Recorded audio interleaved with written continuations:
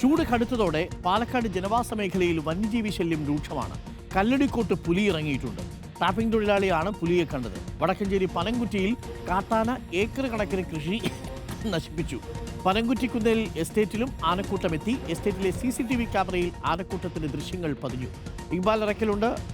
ഇക്ബാൽ, ചൂട് കൂടിയതോടുകൂടി വന്യജീവികൾ ഓരോന്നായിട്ട് പുറത്തിറങ്ങുകയാണോ? അരുൺകുമാർ, പാലക്കാടിൻ്റെ പല ഭാഗത്തും പ്രത്യേകിച്ച് വനമേഖലയിലും എല്ലാം ഈ വന്യമൃഗങ്ങളെ കൊണ്ടുള്ള ശല്യം രൂക്ഷമായിരിക്കുകയാണ്. വനമേഖലയോട് ചേർന്നുള്ള ജനവാസ മേഖലയിലേക്ക് നിത്യേന ഇപ്പോൾ വന്യജീവികൾ എത്തുന്ന സ്ഥിതിയാണ് ഉള്ളത്.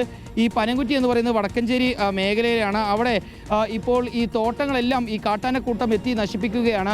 ഏക്കർ കണക്കിന് കൃഷിയാണ് അവിടെ നശിപ്പിച്ചിട്ടുള്ളത്. റബ്ബറും കവുങ്ങും തെങ്ങും എല്ലാം നശിപ്പിച്ചിരിക്കുകയായിരുന്നു. അതിനിടയിലാണ് കഴിഞ്ഞ ദിവസം ഈ പനംകുറ്റി കുന്നേൽ എസ്റ്റേറ്റിൻ്റെ പരിസരത്തേക്ക് ഈ കാട്ടാനക്കൂട്ടം എത്തിയത്. അതിൻ്റെ ദൃശ്യങ്ങൾ CCTV ക്യാമറയിൽ പതിയുകയും ചെയ്തു.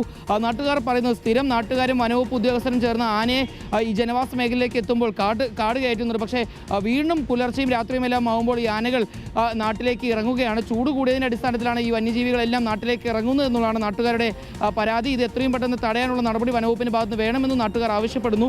കല്ലടിക്കോട് ഭാഗത്തും വ്യാപകമായി ഈ വന്യജീവികളെ കൊണ്ടുള്ള ശല്യമുണ്ട്. അവിടെ പറക്കലടി ചുങ്കം പാതയിൽ കഴിഞ്ഞ ദിവസം നാട്ടുകാർ പുലിയെ കാണുന്ന ഒരു സ്ഥിതി ഉണ്ടായിരുന്നു.